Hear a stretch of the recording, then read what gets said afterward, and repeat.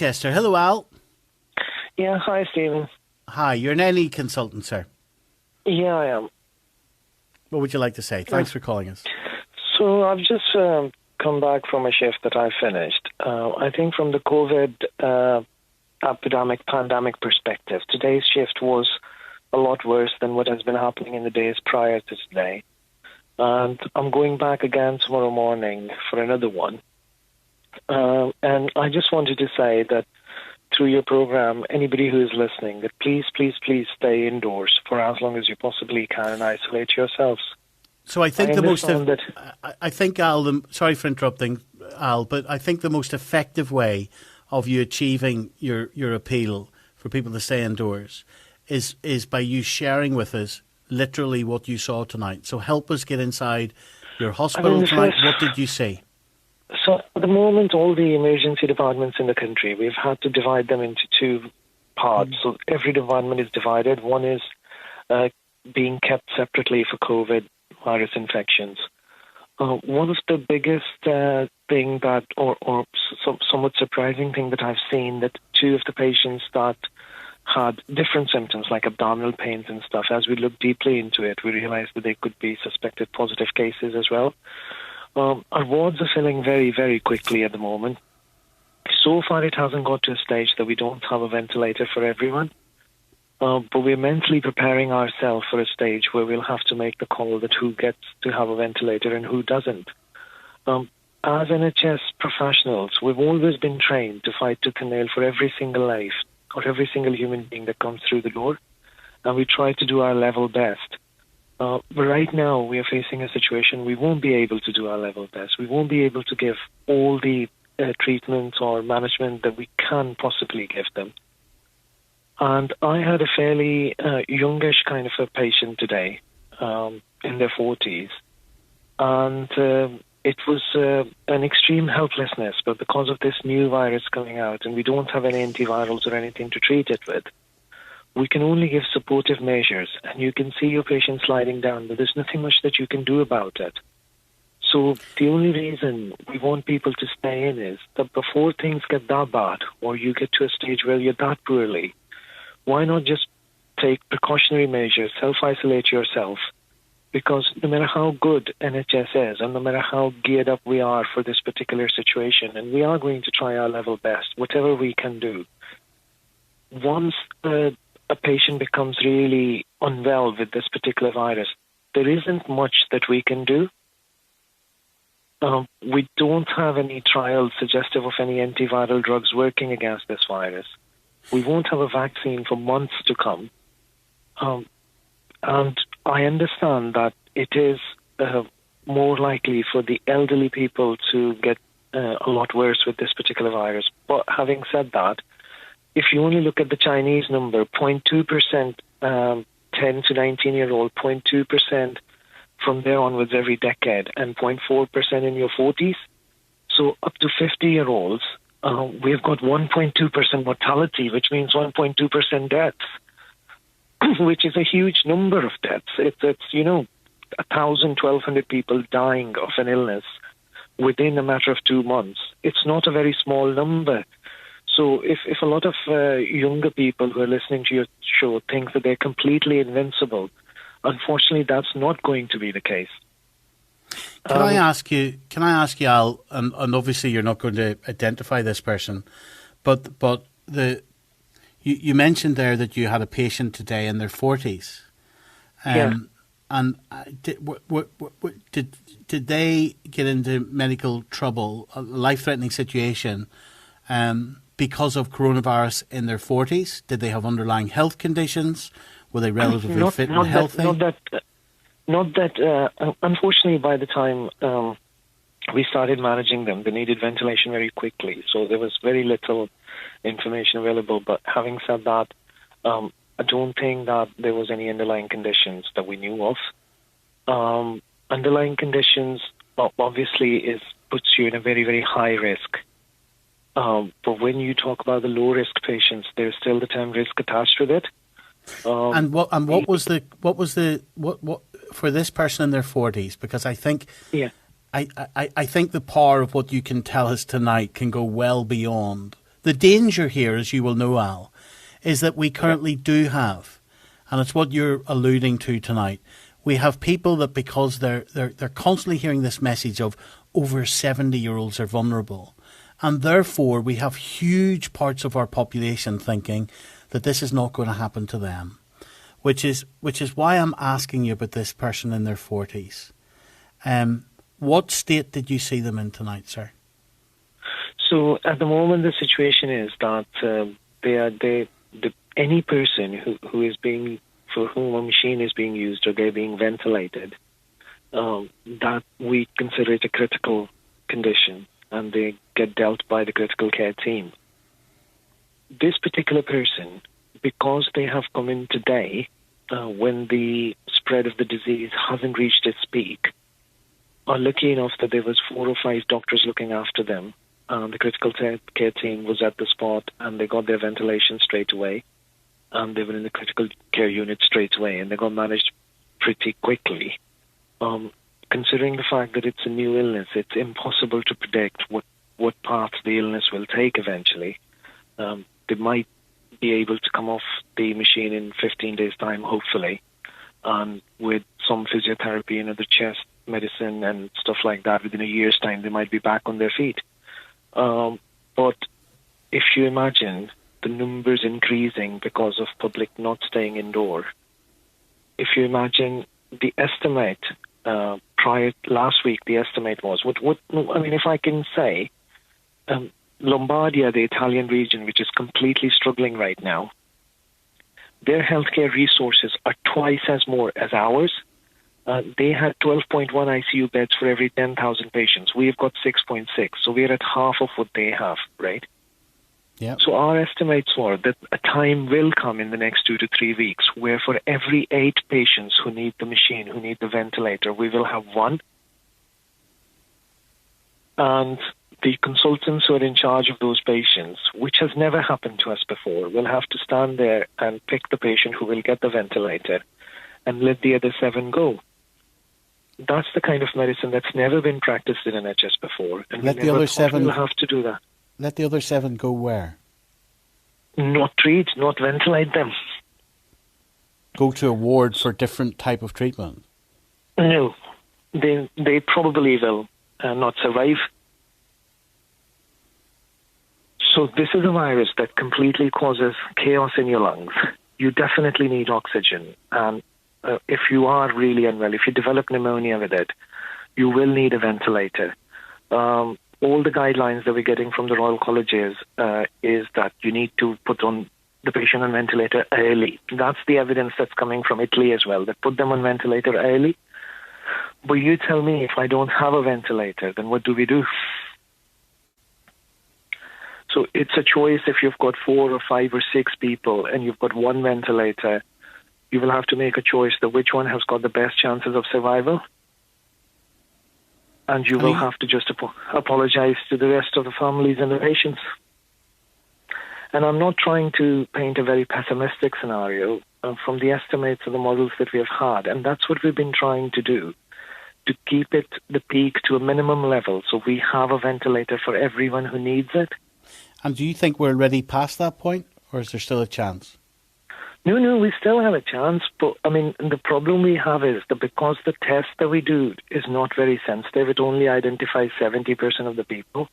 So you can have a negative test and you can still have the virus. You could be one of those 30%. I didn't know that. I didn't know that. Why? The test is called RT-PCR. It's a technical term, reverse transcript polymerase chain reaction. So particularly if you're in the early part of the disease, there's a likelihood that the test will completely miss out on picking up the virus. We have had patients where their nose swabs were negative, but the throat swabs were positive. So symptoms are really, really important. If you've got cough and fever or you've got shortness of breath, you have to self-isolate yourself. And if you have family members, they have to self-isolate as well. Because one person can infect up to 2.2 other people. Then those 2.2 can infect another 2.2, and then it's an exponential growth spread that can happen. We're not at that stage where we don't have sufficient ventilators, I understand that there's a drive from the government to provide us with more ventilators, but you also have to understand that you need a really trained, experienced doctor to deal with that ventilator. So you can't make an experienced, skilled doctor within a month or two. Do you know what I mean? And then you need experienced, skilled nurses as well. So we don't want to get to a stage where we're getting patients coming in. We know that they have viral pneumonia, and we have to go to their families or call their families and say, look, sorry, we don't have a ventilator. Your loved one will just have to, they won't be able to survive. And as the healthcare providers, that's the biggest mental stress that we're going through at the moment. And how are you coping with that mental stress, Al? Well, at the moment, everybody else who's coming through the door is more important than our mental stress. Their lives are more important. We have to save as many as we possibly can. Most of the colleagues that I talk to, particularly the emergency medicine staff, they've already given up on the fact that we all will get infected one by one. One of the departments one of the A&E departments that I know of, they've got 40 people self-isolating right now, so they're on half of their workforce. So personally, I know that I'm going to get it one day, and I'm personally prepared for it. I mean, it's one of those things. It's part of the job. It's the risk we have to take. How old are you, Al? I'm 42. Have you children? You married? No. But you're being so selfless tonight. You say it comes with the job. It does not come with the job, sir. Well, when you train as a doctor, you know that there are some, communicable diseases, and that's a occupational hazard that you're going to go into. But right now, the mental stress is not about getting the virus myself. Right now, the mental stress is all about, I don't want to stand in my department to make a decision that which one of my 5 patients or 4 patients will make it and which ones won't. Because they're all my patients. I've always been trained to save every single one of them. I feel like that if I had to let someone not treat someone or couldn't provide a ventilator to someone, I'll never be able to forget them for the rest of my life. However long I live after this, if I was to live through this pandemic. So that's why we're just pleading to all the people and all the public to please stay indoors for their own sake. Please, please, please stay indoors and protect you. I know the people are worried about their jobs, their businesses, the money. But Stephen, my point is, next year, by the time this is over, if you're still alive and healthy, you will have a business, you will have a job, the money will come from somewhere. As long as you're alive and you're healthy. If you have got like a life-threatening, or if you don't live through this, what's the point of going out to make money or having a job or worrying about your business? First, life is the first thing. And as Professor Whitty keeps on saying, and we watch him every day on a briefing, that we want to keep the numbers so low that we have got a ventilator and an ICU bed for everyone who needs it. I was saying tonight, Al, I want to delay the news for another couple of minutes, if you don't mind. I was saying tonight that I was getting angry today, and I was getting really frustrated today. When I saw people not self-distancing from others in the street. They're not respecting this advice of staying 2 meters or more away from people. I saw groups of people walking around the streets today with each other. I saw kids, young teenagers, 16 and 17-year-olds in school uniforms, fighting like kids do, but they're old enough to know better at this time. I saw crowds of people going in and out of shops today. I was being told that there were beach parties last night with kids celebrating finishing school.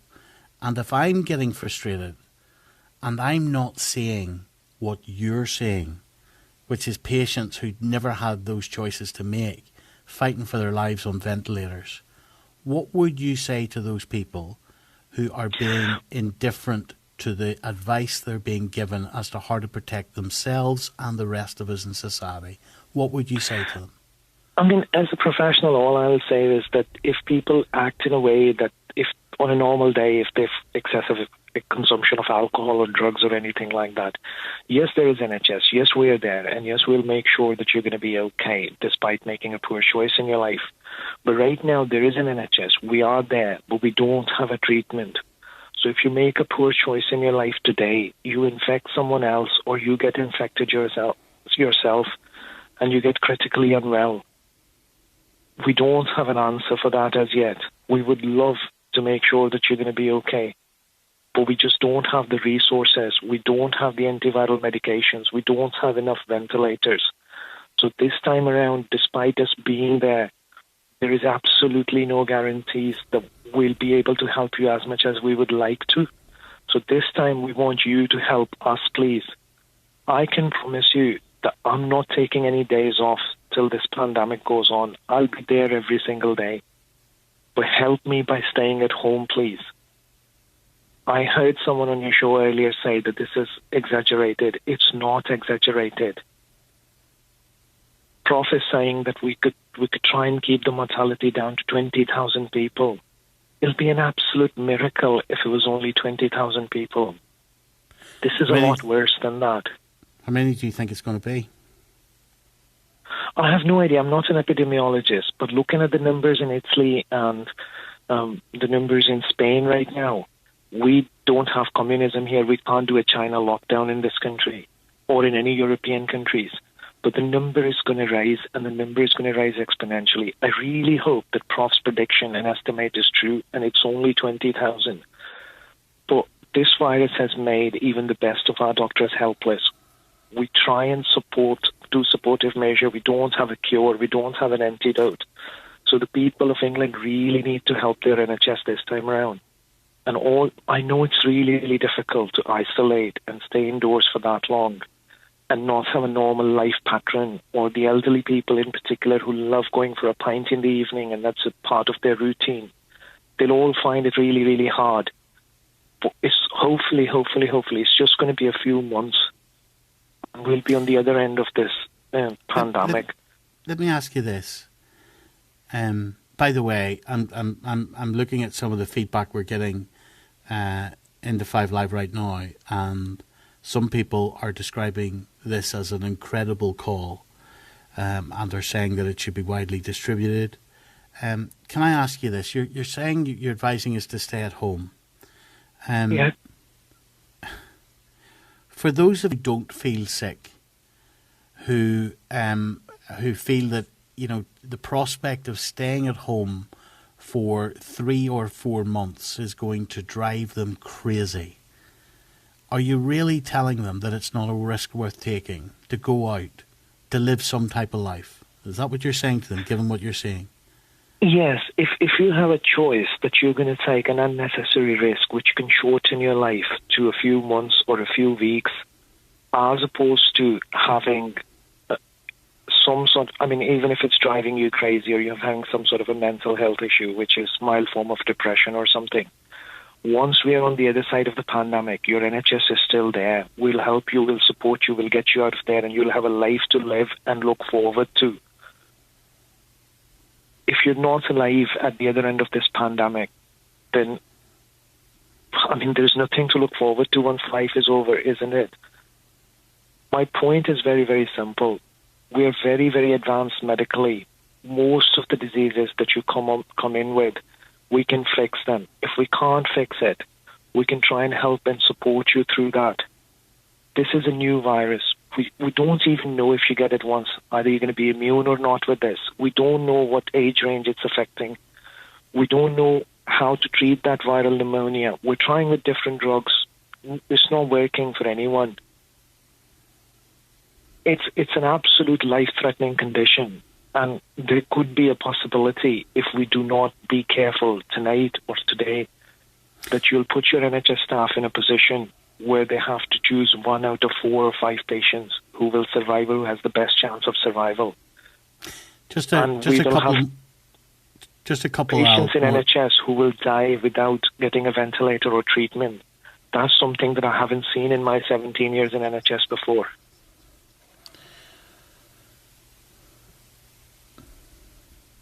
Hello? Just a couple more questions, Al. Look, Al, I'm like everybody else. I'm just I'm trying to compute what you're saying to me. Can I ask you this? You've told me that you're an NE doctor in your 40s.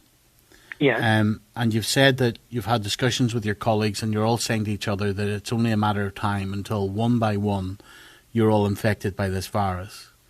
Yeah. And you've also said tonight that your undertaking to the public is that you are going to go in day after day, and you're not going to take a day off until this is over. Yeah. Can I just say that your selflessness and your humility, I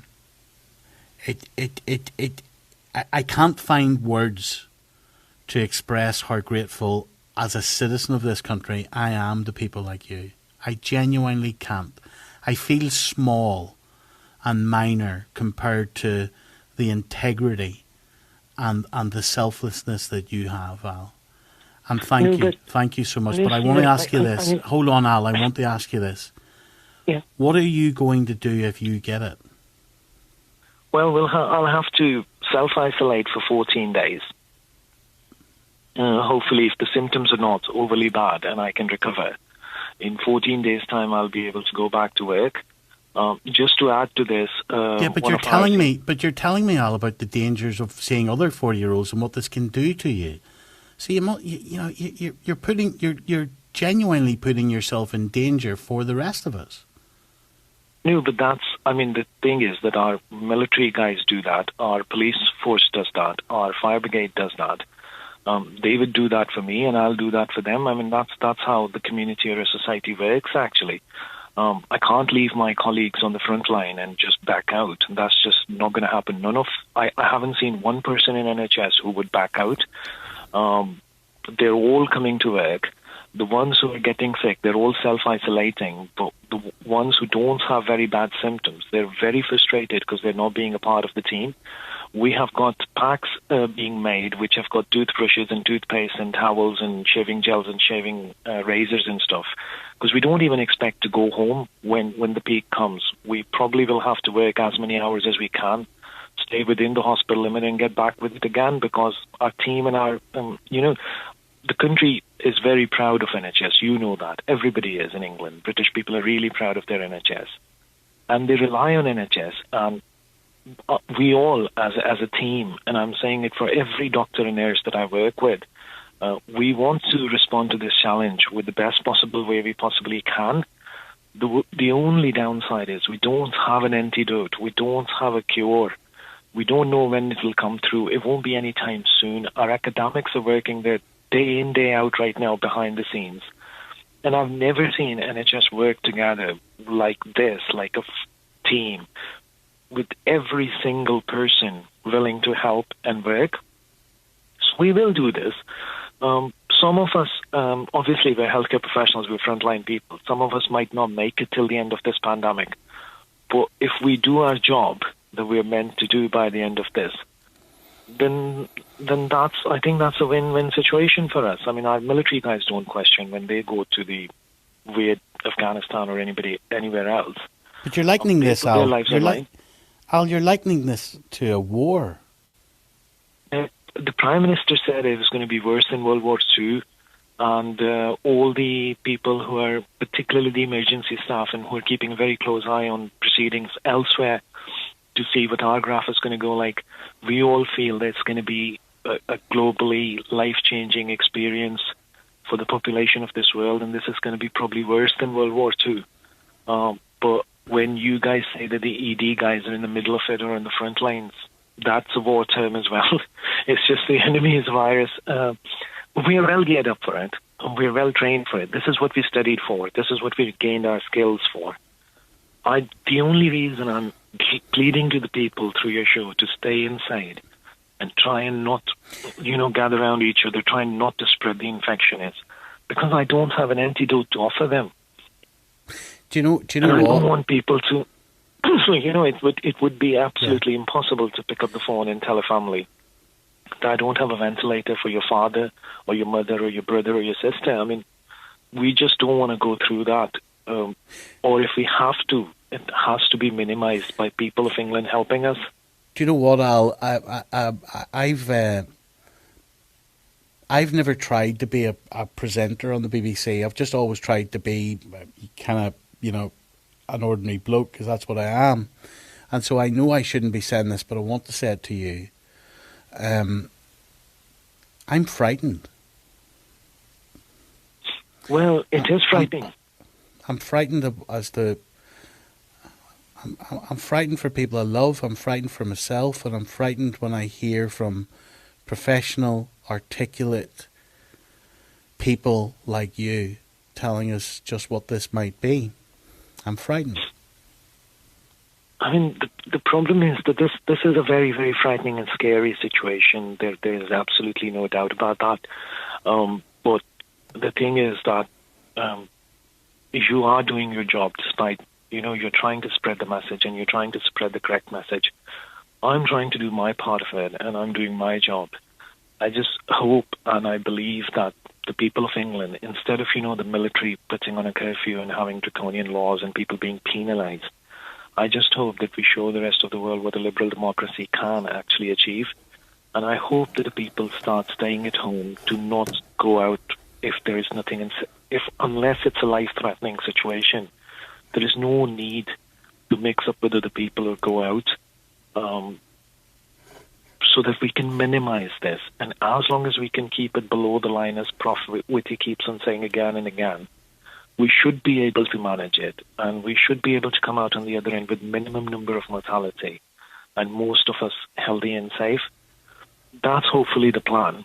But if there are certain people who don't want to sacrifice a pint or going to the pub or their social life, they can cause a massive issue to the rest of the community. So I really hope that they don't. But I'm still very, very hopeful that within a few months we'll be on the other end of this pandemic and things will hopefully go back to normal. Come on. You know we're not going to be back to normal in a few months, because you come on, Al, you know that we're not going to have had a vaccine in a few months' time. No, but it's not about the vaccine. What we need to figure out is that once you have been tested positive, because the tests are going to improve. So we had a 70% sensitive test, which is taking 72 hours to come back. We should hopefully be able to replace it within a week by point-of-care testing, which will come back in 10 minutes and will be 75% positive, sensitive, hopefully.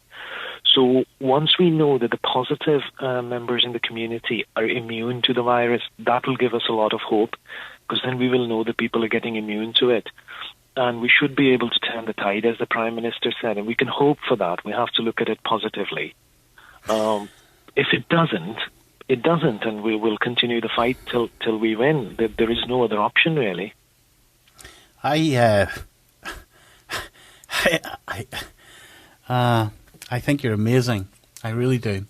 And I can see on the text here, people saying similar things about you.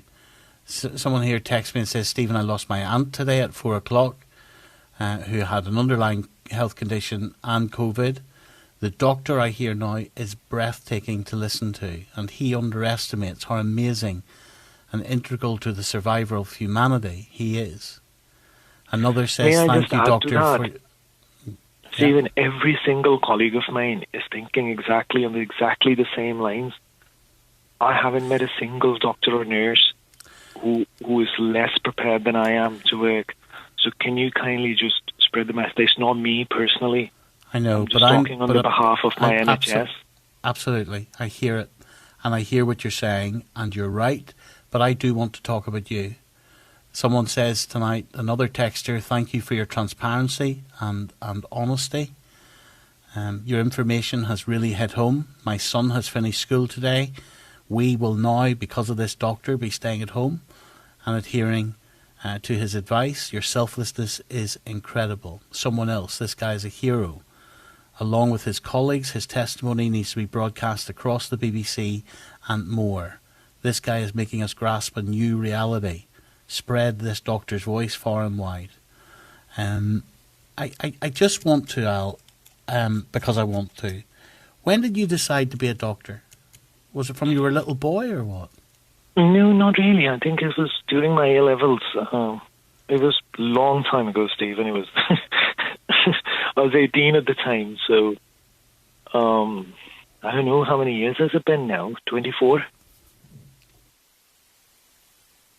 So you were a kid at school. I mean, I was 18, but I mean, in a way, because you were doing your A-levels. Yeah, both my parents were doctors, so that was the only path probably I could take. And why? Why did you want to be a doctor, Al? I think because I always looked at my dad as a hero, and he was a doctor, so I just kind of followed in his footsteps.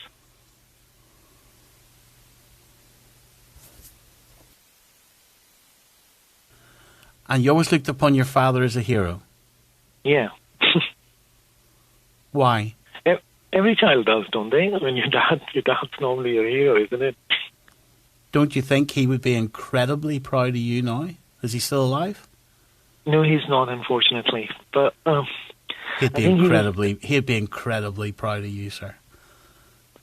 I think we all should be incredibly proud of our NHS and the people who work in there.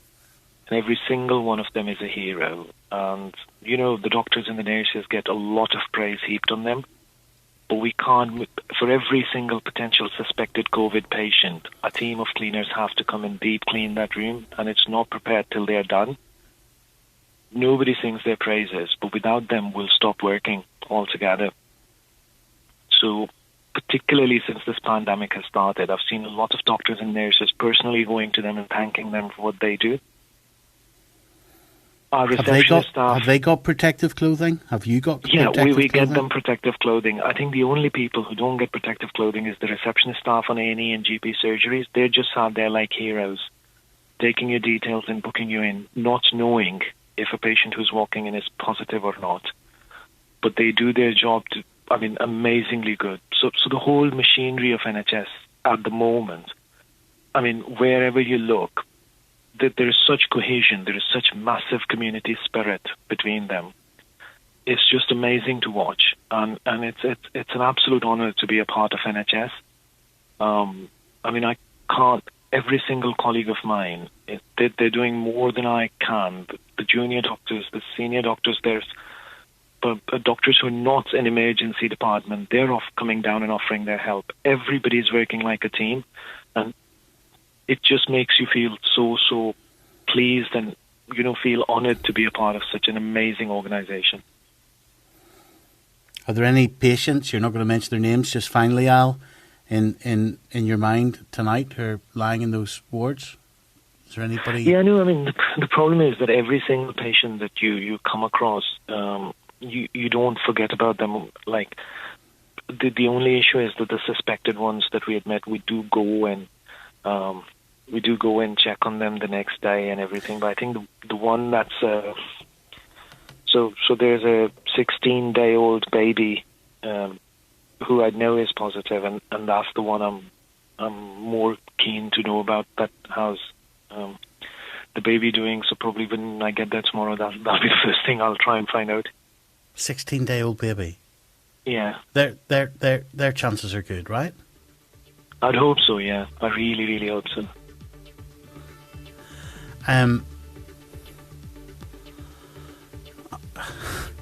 I don't know what to say to you, except I don't think I'm going to sleep tonight because of the stunning, compelling testimony that you have shared and the stunning, compelling professionalism with which you're doing your job, Al. And thank you so much.